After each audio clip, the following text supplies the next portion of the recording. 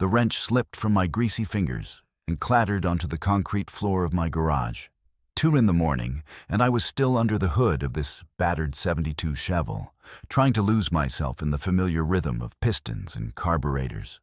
Anything to avoid going back into that house where my wife Maggie waited with her cold shoulder and colder heart. My phone buzzed against the workbench. A text from her. "If you don't like my rules, leave." I stared at those words, wiping motor oil on my jeans. 23 years of marriage, and it had come to this.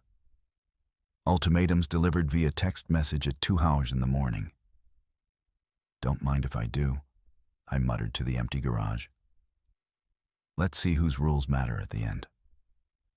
The thing about living in suburbia is that everyone thinks they know everyone else's business, but they only see the surface. Take our street, Maple Grove Drive.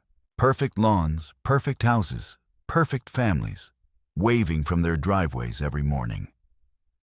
But I know Mrs. CR next door hasn't slept in the same bed as her husband in 5 years. I know the Johnsons are 3 months behind on their mortgage. I know because I pay attention. I fix things for a living, and broken things tell stories. My marriage had been telling its story for months now.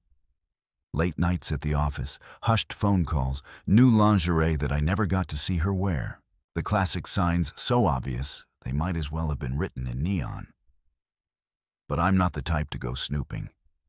Never was until last Tuesday, when I needed $20 for pizza and grabbed cash from Maggie's purse. The hotel receipt was folded neatly in her wallet. The Grandview Hotel downtown. 2 nights premium suite. I'd been in Cleveland that week visiting my brother. Maggie told me she was working late on the Morrison case. My hands shook as I unfolded that receipt. Not from anger. Exactly. More like recognition. The way you feel when you finally admit something you've known all along. That's when I noticed her iPad on the kitchen counter, still logged into her messages. I'm not proud of what I did next, but I'm not ashamed either. When your wife leaves her digital life open like a book, sometimes you read a few pages. The messages were from someone called P in her contacts. The conversation went back months. "Last night was incredible. Can't wait to see you again in your bed. Missing you already. When can we meet again? Your husband doesn't deserve you. You know that, right?" I scrolled through weeks of this garbage. My coffee getting cold in my hands, explicit photos, meeting times, hotel room numbers, a complete roadmap of my wife's double life. The funny thing was, I wasn't surprised. Devastated, sure, but not surprised. Maggie had been pulling away for 2 years, ever since she made partner at Kellerman Walsh and Associates. New clothes, new friends, new attitude about everything we'd built together. But knowing and seeing our different animals entirely. I closed the iPad and finished my coffee. Then I called in sick to work, something I hadn't done in 3 years. If my wife wanted to play games, it was time she learned that blue-collar guys know a few tricks too. The Grandview Hotel sits downtown, like a glass monument to other people's money. Valet parking, doormen in uniforms, that cost more than my monthly car payment. I parked across the street in my beat-up Ford pickup and waited. 3 hours later, Maggie's silver BMW pulled up to the valet stand. She stepped out wearing a red dress I'd never seen before, her hair done up in a way that made her look 10 years younger. Behind her came a tall man in an expensive suit. Even from across the street, I could see his smug smile. Paul Kellerman, her boss, the senior partner who'd been mentoring her career. I'd met him twice at firm parties. Handshake like a dead fish, the kind of guy who calls everyone sport and thinks his money makes him interesting. Maggie always said he was brilliant, a legal genius. What she never mentioned was that he was married with 3 kids. They walked into the hotel like they owned the place, like they belonged together. I sat in my truck for another hour watching the hotel entrance, thinking about 23 years of marriage. Our first apartment with the leaky ceiling. The night Maggie stayed up all night when I had pneumonia. The way she used to laugh at my terrible jokes. When did we stop being a team? Around 6 gows, they came back out. Kellerman's hair was messed up, and Maggie had that satisfied glow that I hadn't seen in months. They kissed goodbye right there on the sidewalk, not caring who might see. Kellerman walked to the parking garage across the street. I followed at a distance, my heart pounding like I was committing a crime. His car was exactly what I expected. A white Tesla Model S, pristine and pretentious vanity plate that read Ullman 1. I looked around the parking garage, empty except for a security camera that was pointed the wrong way. Perfect. The keys to my truck had a nice sharp edge. I dragged them along the driver's side of his Tesla, spelling out Pumper in Futh letters. Then I used my pocket K-knife to put a neat slice in his front tire. Not enough to cause an accident, just enough to ruin his evening. I left a note under his windshield wiper. Hope the ride was worth it. Dash M's husband. Walking back to my truck, I felt something I hadn't experienced in years. Power, control, the satisfaction of taking action instead of just taking it. But as I pulled out of the parking garage, I saw Mrs. CR from next door getting into her car 2 spaces away. Our eyes met through my windshield, and she held up her phone. The camera flash went off. Perfect. I drove home slowly, taking the long way through downtown. By the time I got there, my phone was buzzing with texts from Maggie. Where are you? We need to talk. I know what you did to Paul's car. This is crazy behavior, Tom. I'm worried about you. I deleted the messages without responding and walked into our house. Our house that I'd been paying the mortgage on for 15 years while she built her career. Our house where she'd been planning her exit strategy with her boss. I went to my computer and logged into our joint bank account, $43,000. I transferred $38,000 to my personal checking account, leaving just enough to keep the account open. Then I called the credit card companies. As the primary card holder, I canceled every card we shared. Her gas card, her department store cards, the American Express she used for business dinners with Pumper. I packed 2 suitcases with my clothes and important documents, wedding photos, family heirlooms, anything that mattered to me. I loaded everything into my truck along with my toolbox and my collection of vintage car parts. On my way out, I left a sticky note on the refrigerator. Don't mind if I do.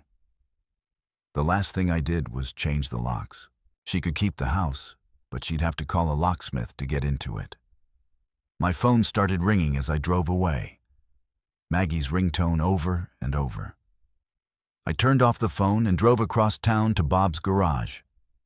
Bob Henley had been my best friend since high school. He owned Henley's Auto Restoration, a cluttered paradise of classic cars and honest work. More importantly, he had a small apartment above the garage that he rented to mechanics down on their luck. I was officially down on my luck. Jesus, Tom, Bob said when I showed up at his door with my suitcases. What happened? My wife decided she liked her boss better than her husband, I said. So I decided to take her advice and leave. Bob poured us both a beer and listened while I told him everything. The hotel receipt, the text messages, the Tesla with the flat tire. When I finished, he was quiet for a long time. So, what's the plan? He finally asked. I don't know yet, I said, but I'm done being the nice guy. I woke up the next morning to the sound of my phone ringing. 37 missed calls from Maggie, 12 from my son Sid, 8 from my son Jimmy, and 1 from a number I didn't recognize. The apartment above Bob's garage was small but clean. A bed, a kitchenette, a window that looked out over the shop floor where 3 classic Mustangs sat in various stages of restoration. It smelled like motor oil and possibility. I made coffee and listened to my voicemails while Bob fired up the hydraulic lift downstairs. Maggie's messages started angry and got progressively more desperate. Tom, this is insane. You can't just disappear and steal our money. I'm calling the police if you don't come home right now. Please, we need to talk about this like adults. I'm sorry. Okay, I made a mistake, but destroying Paul's car was completely out of line. The credit cards aren't working. What did you do? Tom, please, I need you to come home. My son Sid's message was shorter. Dad, what the hell is going on? Mom called me crying. She says, "You've lost your mind." Jimmy's was even more direct. "Call me back now." The unknown number turned out to be Paul Kellerman himself. His voice was smooth and condescending, exactly what I expected. "Mr. Patterson, this is Paul Kellerman from Kellerman Walsh and Associates. I think we need to have a conversation about your recent behavior. My car sustained significant damage last night, and I have reason to believe you were involved. I'd hate for this to escalate to a legal matter, but I'm prepared to take whatever steps are necessary to protect myself and my property. Please call me at your earliest convenience." I deleted all the messages and went downstairs to help Bob with a carburetor rebuild. "Sleep okay?"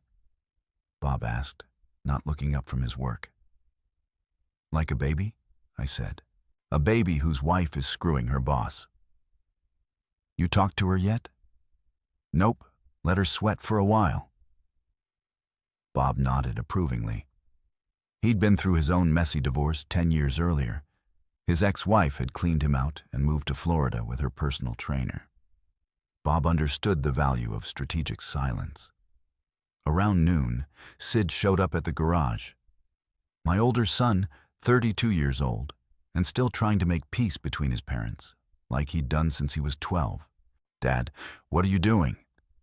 He said, "Finding me under the hood of a '67 Camaro. Mom says you vandalized some guy's car and stole money from your bank account."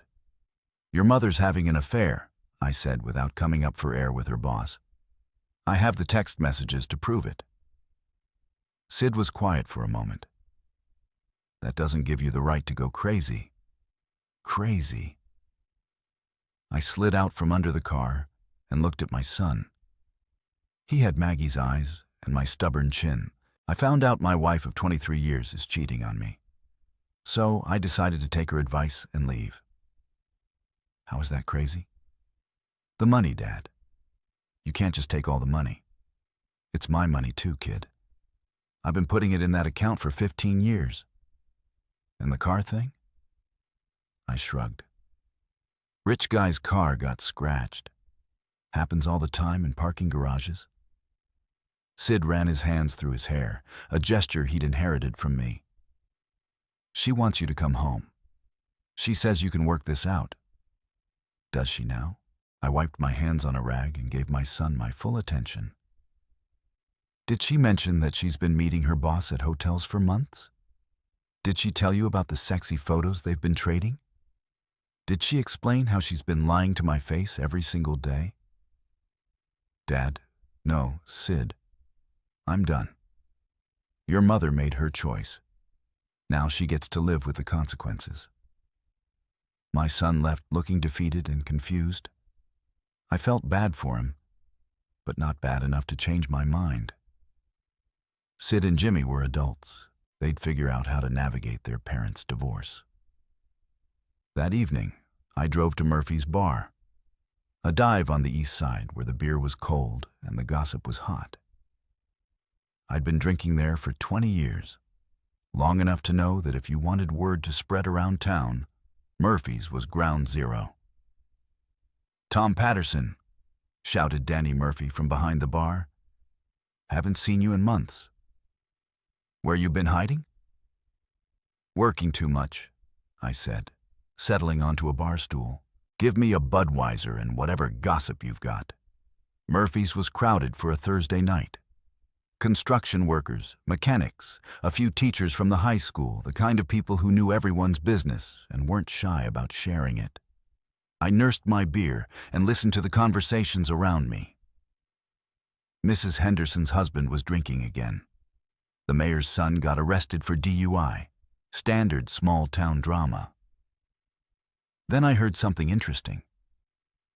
"You hear about Paul Kellerman?" said a voice behind me.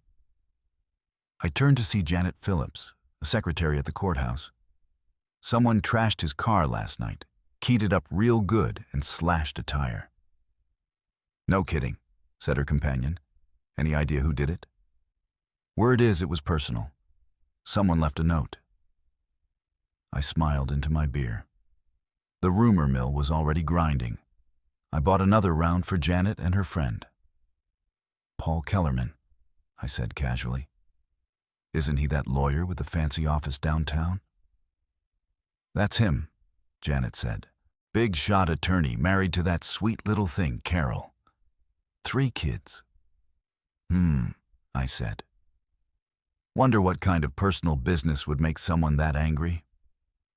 I planted the seed and let it grow. By the time I left Murphy's, half the bar was speculating about Paul Kellerman's enemies and extramarital activities. The next morning, I got a call from Jimmy. My younger son was more direct than his brother, a trait he'd inherited from me. "Dad," I talked to Mom. She told me everything about the affair, about Paul. "She's sorry, Dad. She wants to fix this. It's a little late for sorry, don't you think? She made a mistake. People make mistakes. She made a choice, Jimmy. Every day for months, she chose to lie to me and sneak around with her boss. That's not a mistake. That's a decision. So, what now? You're just going to throw away 23 years? She threw it away. I'm just acknowledging reality." Jimmy sighed. "She's filing for divorce, Dad. And she's talking about getting a restraining order." "On what grounds?" "She says you're acting erratically. The car thing spooked her." "Good. She should be spooked." "Dad." "Jimmy, your mother decided she wanted a different life. Now she's got one. But she doesn't get to control how I react to her choices." That afternoon, I got served with divorce papers and a temporary restraining order. I wasn't allowed within 500 FT of Maggie or her workplace. The papers claimed I had made threatening statements and exhibited increasingly erratic behavior. I showed the papers to Bob, who read them while eating a sandwich. "She's scared," he said. "She should be. What's your next move?" I thought about it. Maggie had escalated by involving lawyers and courts. She was trying to control the narrative, make me look like the unstable husband who couldn't handle his wife's success. "I think it's time for a public demonstration," I said. The opportunity came 3 days later. Sid's 33rd birthday party at Romano's, the Italian place where our family had celebrated every major milestone for the past decade. Maggie had organized it before our world exploded, and Sid insisted on keeping the plans. I wasn't officially invited, but I wasn't officially uninvited either. I showed up at Seven Hawks wearing my best shirt and carrying a gift for my son. The private dining room was full of family and friends. Maggie sat at the head of the table wearing a black dress and a nervous expression. She looked beautiful and guilty and fragile all at once. "Tom," she said when she saw me. "I didn't think you were coming." "Wouldn't miss my son's birthday," I said cheerfully. The room went quiet. Everyone knew something was wrong, but nobody knew exactly what. Perfect. I handed Sid his gift and took a seat at the opposite end of the table from Maggie. The conversation slowly resumed, but the tension was thick enough to cut with a knife. Halfway through dinner, I stood up and tapped my water glass with a fork. "I'd like to make a toast," I announced. Maggie's face went white. "Tom, please don't." To my son, Sid. I continued raising my glass. 33 years old today. a good man with a bright future ahead of him. Everyone relaxed slightly and raised their glasses. And while we're celebrating, I continued, I'd like to make another toast. To my wife, Maggie, and her boss, Paul Kellerman. May their hotel points never expire. The silence that followed was deafening. Glasses stopped halfway to lips. Forks froze in midair. Someone's chair creaked. Maggie stood up so fast she knocked over her wine glass. Red wine spread across the white tablecloth like blood. "You bastard," she whispered. "Now, honey," I said with a smile. "Is that any way to talk to your husband in front of the family?" "You're sick," she said, grabbing her purse. "You need help." "The only help I need is a good divorce lawyer." She stormed out of the restaurant, leaving behind a room full of shocked faces and uncomfortable silence. "Dad," Sid said quietly. "That was really not cool." "Your mother's been screwing her boss for months," I replied. "But you're right. That wasn't cool of her." I finished my dinner while the rest of the table sat in stunned silence. When I was done, I left a $100 tip and walked out. My phone started ringing before I reached my truck. The call was from a number I didn't recognize, but the voice was familiar. Paul Kellerman, and he sounded pissed. "You son of a bitch," he said without preamble. "What you did tonight was completely out of line." "Hello, Paul," I said, settling into my truck. "How's the Tesla? Get that tire fixed yet? I'm warning you, Patterson. Stay away from me. Stay away from Maggie and keep your mouth shut about things you don't understand." Things I don't understand, like hotel receipts, text messages, photos that would make a sailor blush. The line went quiet for a moment. When Kellerman spoke again, his voice was colder. "You're playing a dangerous game. I have resources you can't imagine. Connections. I can make your life very difficult." "My life is already difficult, Paul. My wife's been cheating on me with a married man. But I guess you'd know about that. Maggie's filing a harassment complaint against you. The police will be very interested in your recent behavior. Let them come. I haven't done anything illegal." "Haven't you?" I hung up and drove back to Bob's garage, my mind racing. Kellerman was rattled, which was good. But he was also dangerous, which was problematic. Rich guys with connections could make trouble for blue-collar guys like me. Time to level the playing field. The next morning, I called in another sick day and drove to the public library. If Kellerman wanted to play hardball, I needed to know who I was dealing with. 2 hours of internet research painted an interesting picture. Paul Kellerman, 52 years old, senior partner at Kellerman, Walsh and Associates. Married to Carol Kellerman, a pediatric nurse. 3 children, Paul just 16, Sarah 14, and Michael 11. But the really interesting stuff was buried deeper. A DUI arrest that got dismissed. A malpractice suit that was settled out of court. Rumors of gambling problems and affairs with junior associates. Most interesting of all was a civil suit filed by a former client who claimed Kellerman had stolen money from an estate settlement. The case was dropped after the client died in a car accident. Paul Kellerman wasn't just a cheating husband. He was a predator with a pattern. I printed everything I could find and drove to Murphy's Bar. Janet Phillips was there again, having lunch with 2 other courthouse employees.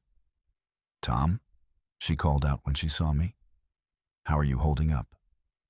"Oh, you know," I said, joining their table. "Taking it one day at a time." "We heard about the restaurant thing," said one of her companions, a woman I didn't recognize. "That took guts." "Sometimes the truth needs to be told," I said, "even when it's ugly." I bought them a round of drinks and casually mentioned some of the things I'd learned about Paul Kellerman. Nothing slanderous, just public record stuff. but I made sure to emphasize his pattern of behavior with younger women. You know, Janet said thoughtfully, I always wondered about him. He's been through a lot of secretaries over the years. Really? Oh, yeah. Pretty young things, all of them. Never lasted more than a year or two. I just wonder why. By the time I left Murphy's, the seeds were planted. In a town like ours, gossip traveled faster than wildfire. That evening, Bob and I were working on the Camaro when my phone rang. Maggie's number. Tom, we need to talk. I'm listening. Not over the phone. Can you meet me somewhere? I thought I wasn't supposed to come within 500 FT of you. I'll drop the restraining order. Just for tonight. We need to figure this out. I agreed to meet her at Denny's, a neutral location where we'd be surrounded by witnesses. She was already there when I arrived, sitting in a corner booth and looking like she hadn't slept in days. You look terrible, I said, sliding into the seat across from her. Thanks. You look like you're enjoying this. I'm not enjoying anything, Maggie. I'm just not pretending everything's fine anymore. She stared at her coffee cup. I never meant for it to happen, but it did happen for months. I was confused. Things between us haven't been good for a long time. So you decided to fix our marriage by sleeping with your boss. I decided to feel alive again. She snapped. When's the last time you looked at me like I was beautiful? When's the last time we talked about anything except bills and work? And whose turn it is to take out the garbage? I don't know, Maggie.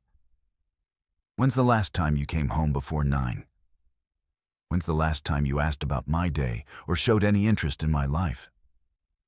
We stared at each other across the table, 23 years of accumulated resentments hanging between us like a wall. This isn't just about Paul, she said finally. No, it's not. But Paul is the symptom of everything that's wrong with us. I want to try again without him. Just us. It's too late for that. Why? Because your pride is hurt. Because I don't trust you anymore. And because you don't love me anymore. She started crying then. Quiet tears that she wiped away with a paper napkin. I did love you, she whispered. I still do in a way. In a way isn't enough, Maggie. I left her sitting in that booth and drove back to the garage. But I didn't feel victorious. I felt empty and sad and older than my 51 years. The next morning brought bad news. Bob met me at the coffee pot with a grim expression. Your wife's been busy, he said, handing me his phone. The Facebook post was on the town's community page, where everyone went to complain about potholes and lost pets. Maggie had written a long, carefully crafted message about domestic abuse and the warning signs of unstable behavior. She didn't mention me by name, but she didn't need to. Everyone in town knew our business by now. I'm sharing this because I want other women to know they're not alone. The post read, emotional abuse can escalate quickly into something more dangerous. If your partner is exhibiting controlling behavior, making threats, or destroying property, please reach out for help. There are resources available. The post had dozens of comments, mostly from women offering support and sharing their own stories. I was being painted as the abusive husband, the unstable man, who couldn't handle his wife's success. She's good, Bob said. I'll give her that. She's a lawyer. She knows how to spin a story, but I had to admit it stung.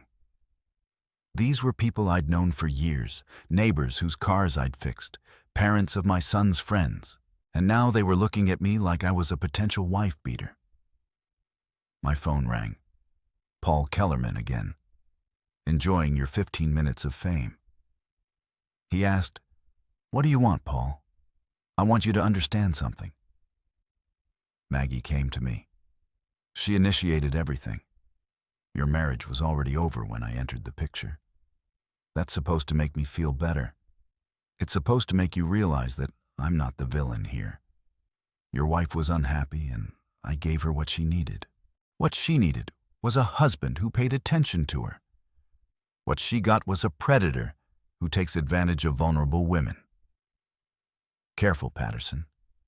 That sounds like slander. It sounds like the truth. Here's the truth. Maggie's moving on with her life. She's got a future with me. You're the past, and you need to accept that. We'll see about that. I hung up and stared at Bob's phone, still open to Maggie's Facebook post. She wanted to play the victim card, paint me as the unstable ex-husband. Fine, but I knew something she didn't know I knew. It was time to do some more research.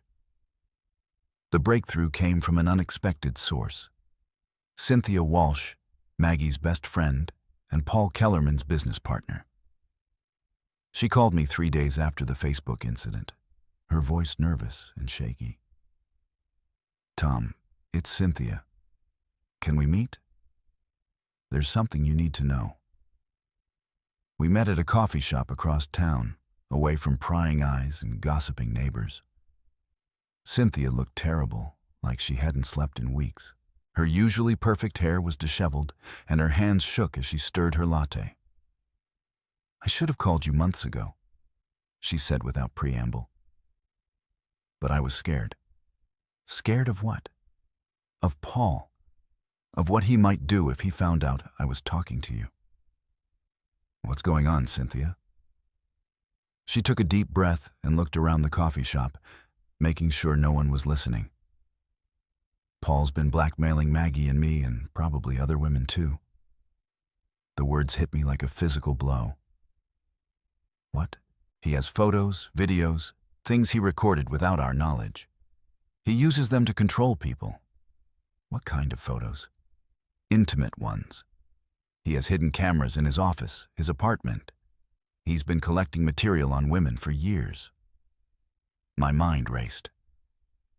How long has this been going on with Maggie? About 6 months. He started by being charming, supportive. Then he seduced her. Then he started making demands. What kind of demands? Sexual favors, information about clients. He wanted her to throw cases, settle suits for less than they were worth. When she tried to back out, he showed her what he had. "And you? How are you involved?" Cynthia's face crumpled. "I made the mistake of having an affair with him 2 years ago. He recorded everything. When I tried to end it, he threatened to send the videos to my husband and the State Bar Association."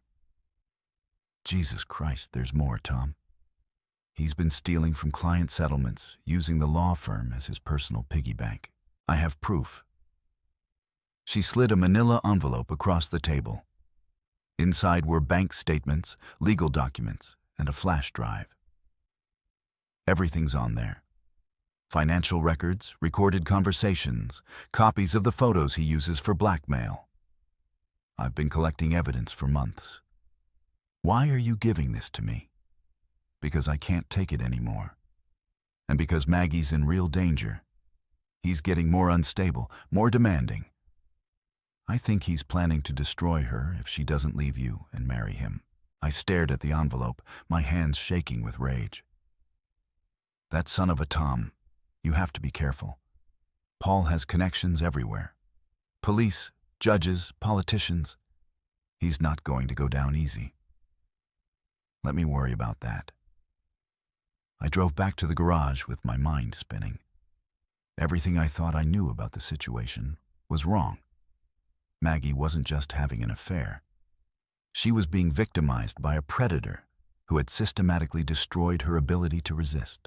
But my anger at her was still there, complicated now by guilt and confusion. She had still lied to me, still chosen to protect her secret rather than trust me with the truth.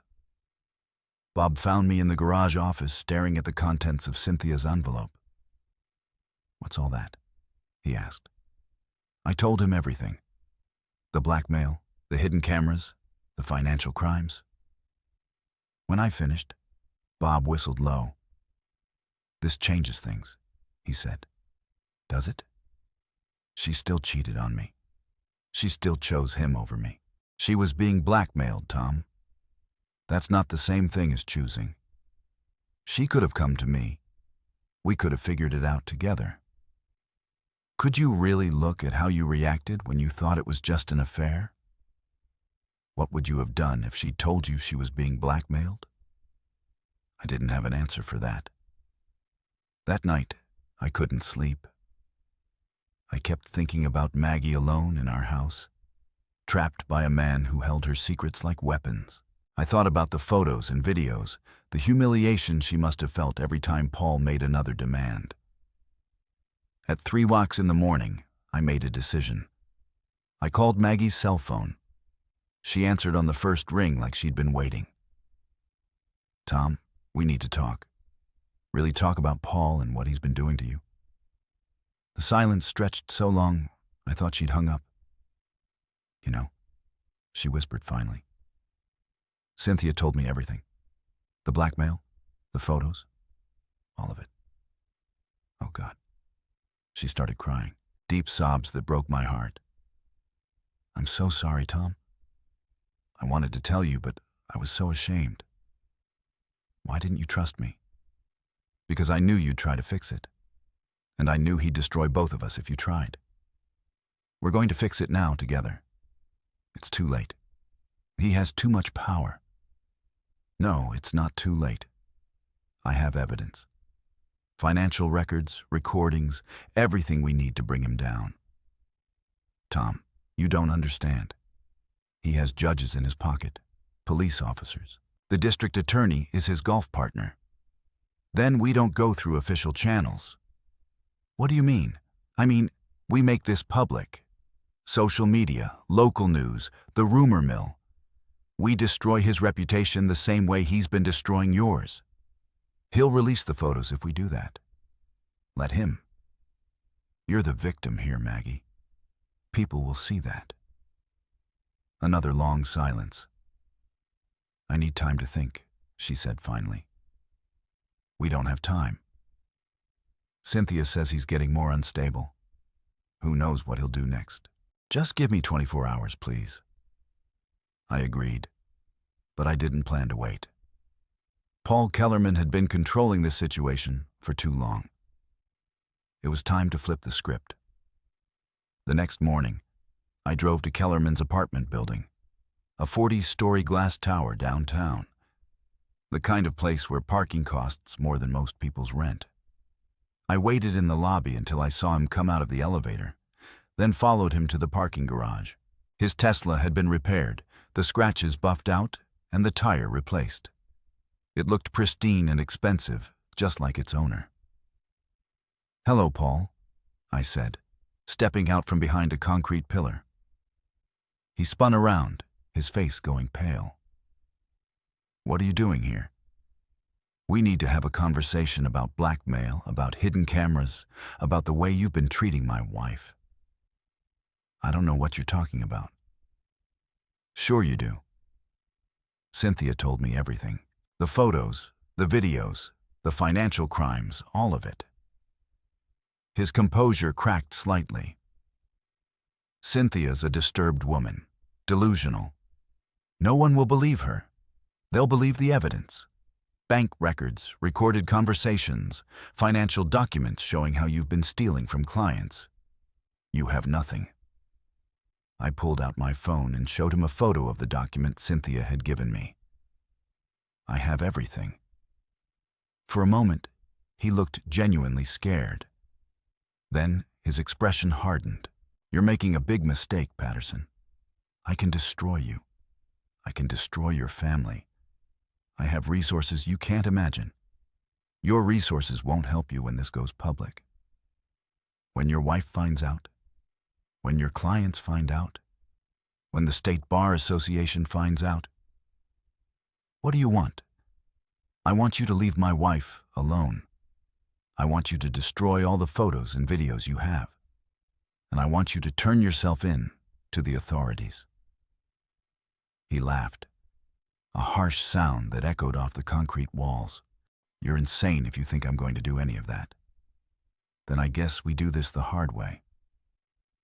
I started to walk away, but his voice stopped me. Your wife came to me willingly. She begged me to touch her. She said, "You were a pathetic excuse for a man who couldn't satisfy her." I turned around slowly. What did you say? You heard me. She couldn't wait to spread her legs for a real man, someone with money and power. And I hit him before he could finish the sentence. A right cross that caught him square on the jaw and sent him stumbling backward into his precious Tesla. You son of a bitch, I said, advancing on him. You destroyed my marriage. You threatened my wife. You think your money makes you untouchable. He tried to run, but I grabbed him by his expensive suit jacket and slammed him against the car. Please, he gasped, don't hurt me. I'll give you money, whatever you want. I don't want your money. I want justice. That's when I heard the footsteps, security guards running toward us across the parking garage. He attacked me, Paul shouted. I want him arrested. I let go of his jacket and stepped back, my hands raised. The security guards surrounded me, but I didn't resist.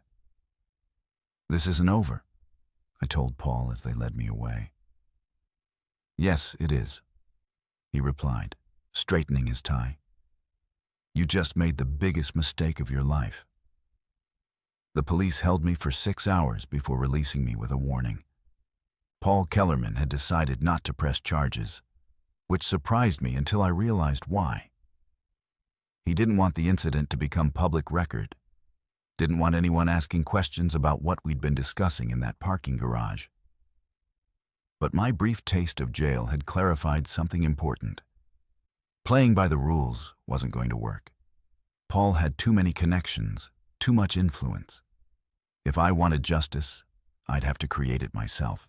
I drove straight from the police station to Murphy's bar, where I knew the evening crowd would be gathering.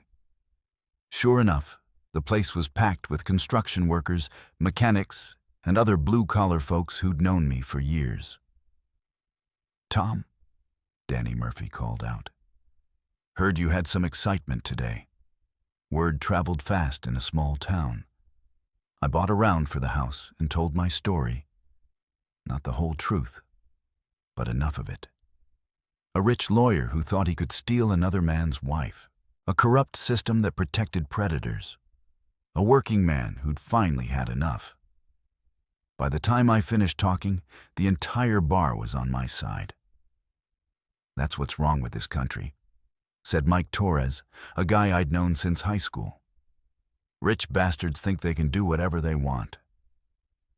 Someone should teach him a lesson, added Sarah Kim, who worked at the courthouse with Janet Phillips. I bought another round and let the anger build. These were good people who worked hard for everything they had. They understood what it meant to be betrayed by someone with more money and power. You know what bothers me most? I said, raising my voice so everyone could hear. It's not just about my wife. This guy has been doing this for years, other women, other families, and nobody stops him because he's got connections. What are you going to do about it? Someone called out. I'm going to make sure everyone knows what kind of man Paul Kellerman really is. The crowd roared its approval. I had an army now, and armies could accomplish things that individuals couldn't. Over the next 3 days, I orchestrated a campaign of public humiliation that would have made a political consultant proud. I created social media accounts and started posting the evidence Cynthia had given me. Financial documents showing Paul's theft from client accounts, recordings of him making threats, photos of his hidden camera equipment. I didn't post the intimate photos of the women he'd victimized. I wasn't a monster, but I posted everything else. The story spread like wildfire. Local news picked it up. The State Bar Association launched an investigation.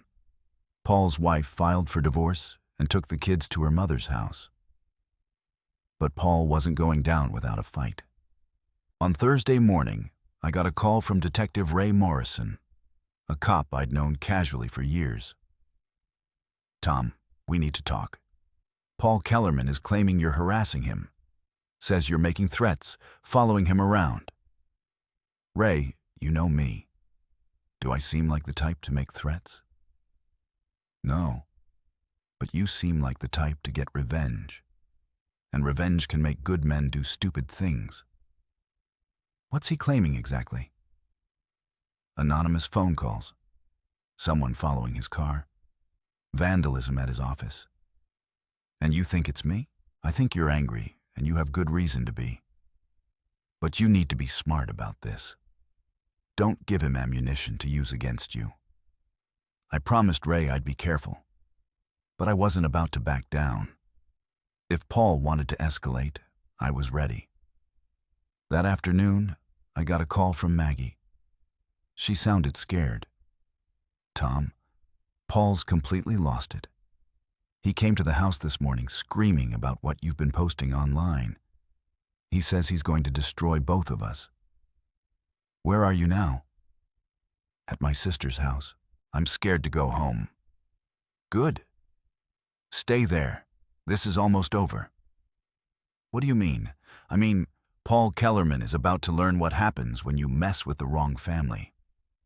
The opportunity came sooner than I expected. Paul had scheduled a press conference for Friday afternoon, claiming he was the victim of a vindictive ex-husband's smear campaign.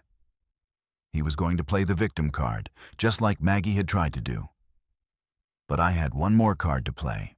The press conference was held on the steps of the courthouse, with Paul flanked by his lawyers and a handful of supporters. Local TV crews were there, along with reporters from the newspaper and several online outlets.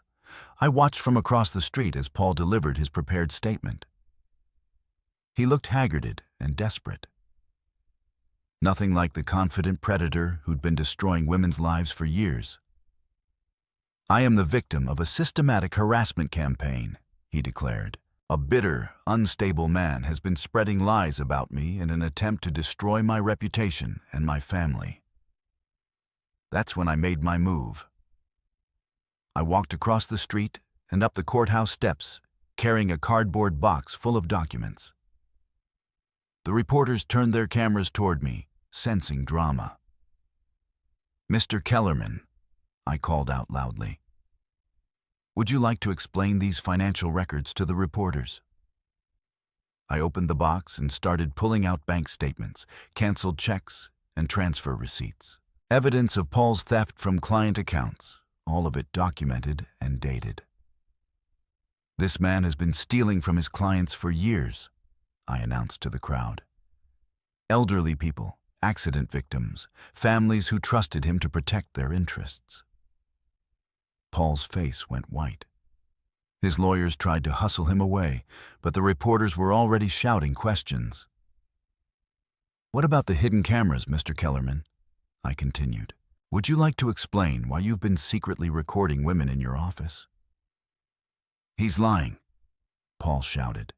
"Everything he's saying is a lie." "Then explain this," I said, holding up a photograph of camera equipment found in Paul's office. "Explain why you need hidden cameras to practice law." The crowd was buzzing now, reporters scribbling notes and camera operators jockeying for better angles. Paul's carefully planned press conference had become a public execution. "You want to know the truth about Paul Kellerman?" I shouted, addressing the cameras directly. "He's a predator who uses his position to victimize vulnerable women. He blackmails them with intimate photos. He steals from clients who trust him. He destroys families and lives for his own gratification." Paul broke free from his lawyers and lunged toward me, his face twisted with rage.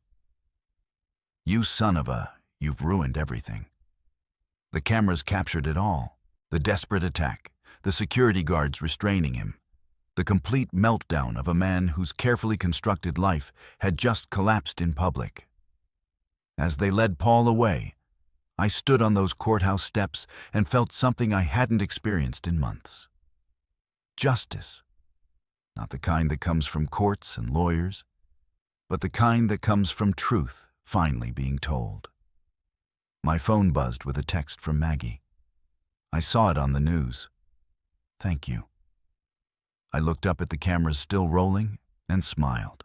Paul Kellerman had spent years controlling people through fear and secrets. Now the whole world knew what kind of man he really was. The reporters crowded around me shouting questions, but I just shook my head and walked away. I'd said everything that needed to be said. 3 blocks from the courthouse, I stopped at a payphone and dialed Paul's cell number. He answered on the first ring. "You destroyed my life," he said, his voice broken. "No, Paul, you destroyed your own life and my wife's life, and God knows how many other women's lives. I just made sure everyone knew about it. What do you want from me?" "I want you to remember this moment every day for the rest of your life. I want you to remember that actions have consequences, and I want you to know that if you ever come near my family again, what happened today will seem like a gentle warning." I hung up the phone and walked back to my truck. In the distance, I could see the courthouse steps where Paul Kellerman's career had just ended in spectacular fashion. My phone rang. It was Bob.